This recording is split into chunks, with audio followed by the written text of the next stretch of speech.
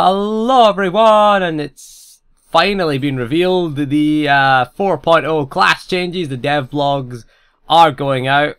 Now the first one up is the Jedi Knight / Sith Warrior defense change. He's going to cover both here. We'll cover both the Marauder and the Warrior. Not the Warrior, the Guardian. Guardian and Sentinel. We'll use Republic, shall we, as our basis, seeing as we're getting our or going Republic, should we say, as our thing. So a couple of utility changes. The levels are increasing, the utilities, but leveling is going to be irrelevant since you just buy a level 60 anyway right now. So you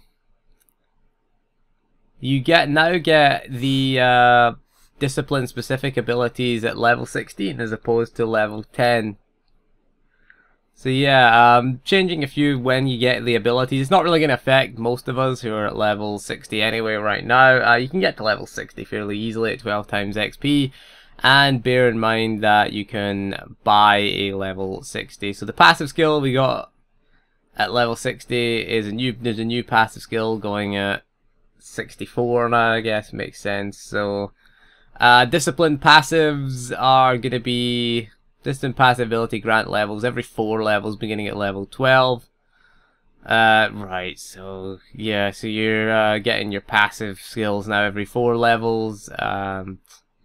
You'll get a new discipline specific ability every 16 levels. That seems fun. 16 levels of having the same ability.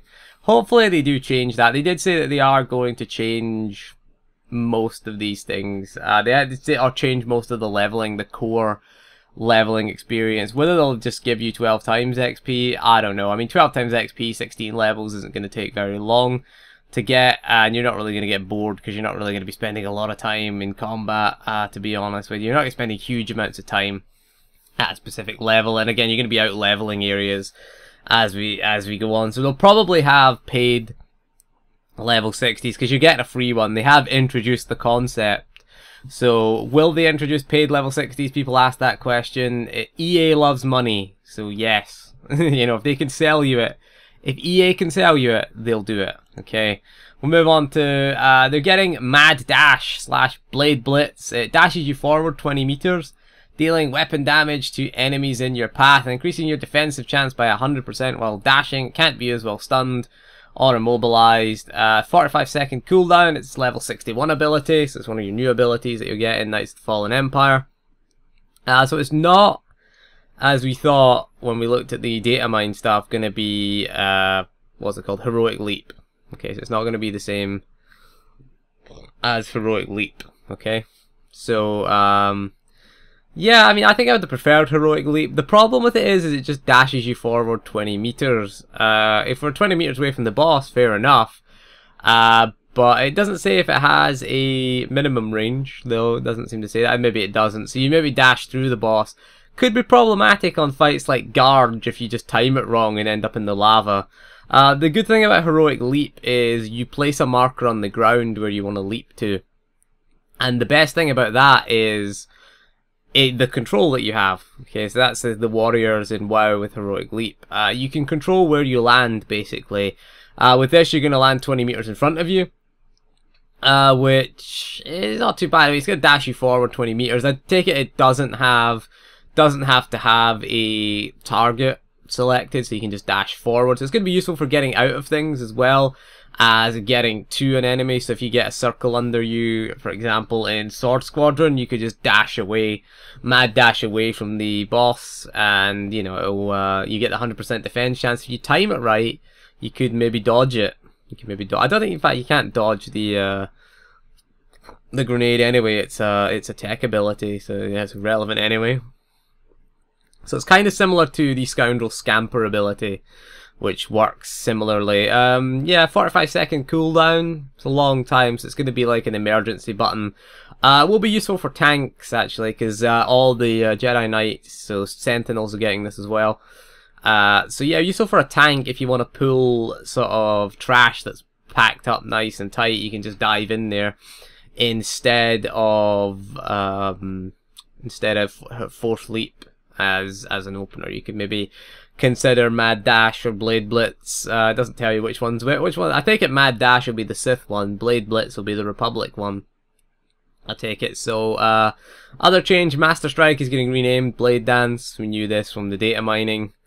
Blade Dance, what is it? Reduces the focus gained by strike ability. So Master Strike is not generally a strike, so that's why they renamed it. Yeah, there you go. So the Marauders, Sentinel, what are they getting? Annihilation is getting a thing called Devious Wounds. Devious Wounds, a new passive skill, or Smoldering Burns. Devious Wounds as opposed to those wounds that aren't devious, you know. So it makes Merciless Slash or Annihilate, makes your Bleeds Burns deal 10% more damage for 3 seconds after we activate it. So I guess we'll want to get our Bleeds or Burns up. We'll get our dots up. We'll just call it dots. Get our dots up and then hit Merciless Slash so it does them more damage. You probably want your dots up first. So again, it's kind of similar to what's it called again?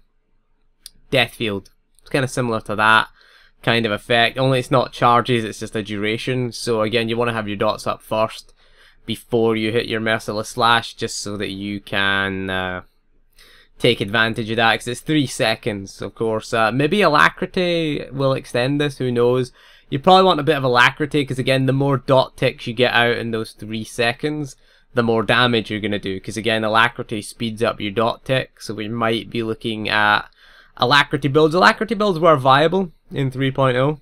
They were viable. The rest of the things are just changes to when you gain the level. They've just gone up a level, basically. Annihilate, Merciless Slash, you get from 42 up from level 41.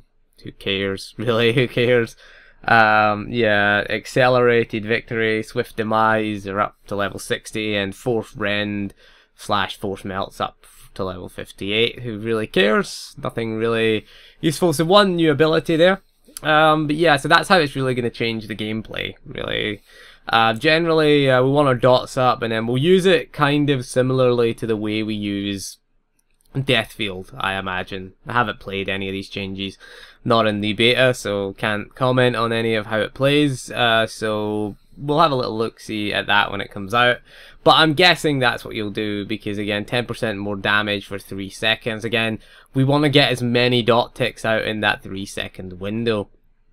Bear in mind, it does have quite a short cooldown time, so we're just going to make sure, or the Merciless Slash does have quite a short cooldown, can be shortened with the buff. So again, for that spec, we're going to be looking at make sure your dots are up before you use Merciless Slash, basically, so you can get the benefit from it. So we'll probably look into Alacrity as well. So again, we'll move on to Combat / Carnage. So you're getting a new passive skill, which is a passive. It's all new passives, no new buttons to press, really. So you're getting Bloody Strikes / Burning Strikes. Basically, Ravage or Blade Dance now stacks a dot on the target that can be stacked up to 3 times. So each time it deals damage, it'll add a new stack. It deals damage when applied each time a stack is added every 3 seconds for 9 seconds. Okay, after it finishes adding stacks. So you're getting a little dot, which again might make it a bit more useful, because one of the problems with combat was the downtime. If you were away from the boss, you did no damage, basically, because you had no dots, because they took away Cauterize and made it exclusive to Watchmen. So again, taking that away meant that we did lose DPS, because fights like Bulow, fights like not Sword Squadron, Bulow, Master Blaster, if you ever had to move away, if we got a circle under us, you know, fights like Coratini, fights like that, where we had to just move away. You know, Malafar was another one we had to just move. Any fight we had to be away from the boss, we just had no DPS on the boss because we had no dots, essentially. We could use Twin Saber Throw. That was it, really. Or maybe if the target, or if we had the proc, we could use Dispatch as well. But yeah, so again, we're just getting the a little dot that's gonna do damage. So each time a stack is added, it's gonna add so every 3 seconds for 9 seconds after it finishes adding stacks. So yeah, so the more stacks, the more length I take it's going to last. So we want to keep that up 100% of the time. Again, we tend to not use Blade Dance now on cooldown because we want to line it up with our precision window. I don't know how it'll interfere with that. That's going to be the thing. And again, obviously, Alacrity might help us out here. Again, Alacrity did help us out. There's no changes to Gore or Precision, apart from you learn it at level 42 instead of 41 now. Again, Devastating Blast, Clashing Blast, you now learn at 58 instead of 57, big deal. Sever, Saber Storm is now trained at level 60 up from 59. These are not really massive changes, you're just going to wait a level longer to get these things. But yeah, I don't think... I'd love to have seen Precision change. Someone suggested when I was live streaming that it be stacks instead of time. So you would get, say, 2 stacks of Gore. Master Strike or Blade Dance would consume 1 stack, and then, you know, usually your Clashing Blast would be your other thing. It would take away a lot of the time-sensitive nature of it, because it was very kind of time-sensitive. As a Jedi Knight it was. I mean, if you're, you can see by that video that we did with the Marauder that every time we press Gore we seem to get knocked back and we lost our Gore window. So again, the Gore window is still going to be hugely important to combat, or precision should we say, in combat as a Sentinel. So again, I'd like to see that changed. Maybe even extend the Gore window would be nice, just give us that little bit more flexibility, because we really are tied to that ability. Our damage, most of our damage comes from how well we can use that ability. So again, it would be nice to see them make a bit of changes to that. I like the idea of having stacks, because then it lets us be flexible. It also lets us do a bit of target switching as well, which is pretty nice. So an ability would consume a stack. Master Strike would consume 1 stack, or Blade Dance should we say, and you know, our Clashing Blast generally is what we used it with when we had the proc. So yeah, that was what we used. Fury Concentration, we're getting a new passive skill, yay! All these passive skills are not really going to change the way the game plays. They have said they want to make the game more mobile and more sort of faster paced, so hopefully they will get... hopefully they'll do away with a lot of the stuns, at least, because nothing kills the momentum more than stuns. Okay, so the new passive skill is Furious Rage, Centered Focus. A Furious Strike or Concentrated Slice makes our next Raging Burst or Focus Burst or Smash or Sweep. Basically, that one was the AoE, one was single target, deal 15% more critical damage. Bear in mind, it's an auto crit. So bear in mind that crit is Surge in the next expansion. Crit and Surge are the same stat. So again, it'll be 15% more critical damage. So I'm guessing it'll increase our Surge by 15%. Increase our crit essentially, because crit and Surge are the same thing, by 15%. It is an auto crit. Generally it will auto crit, but it'll do a 15% bonus Surge essentially in the next expansion. Everything else again, Force Crush, Force Exhaustion, again, upper level, Furious Strike, upper level, Furious Defense, Concentrated Defense is upper level. So utility-wise, Tier 1, we're getting a new utility. It's going to be Unflinching Determination, Unwanted Resolve. Saber Ward grants immunity to stuns and incapacitating effects. There you go. There you go. 6 seconds after you for 6 seconds after you activate it. There you go. We're getting less stuns, or at least we're getting some immunity to stuns. Good for PvPers. Good in PvE if we're getting stunned a lot in PvE, if it's one of the things. But for PvP, yeah, we kind of want that in PvP. It means we can use our Master Strike without fear of getting stunned. We still get knocked back though. We can still get knockbacks, I'm guessing. But yeah, there you go. So your Saber Ward grants stun immunity for 6 seconds, so that's a Master Strike. Master Strike's 3 seconds. Master Strike plus a couple of global cooldowns, so maybe combat will become viable, because you'll pop that, then you'll hit your precision window, then you'll hit your Master Strike, or your Blade Dance, should we say. I keep calling it Master Strike, Blade Dance, get used to it. Get used to it. Tier 2, We're getting a new utility, Thirst for Rage, Inspired Focus. Bloodthirst Inspiration grants 12 Rage or Focus when used. That's pretty good. I mean, again, for the burn phase in particular, use that generally in the burn phase. Some fights we use it at the pool. Fights that are longer than 5 minutes, we can use it at the pool, but generally use that in the burn phase. So extra 12 Rage, 12 Focus is a full stack. That's your full Rage.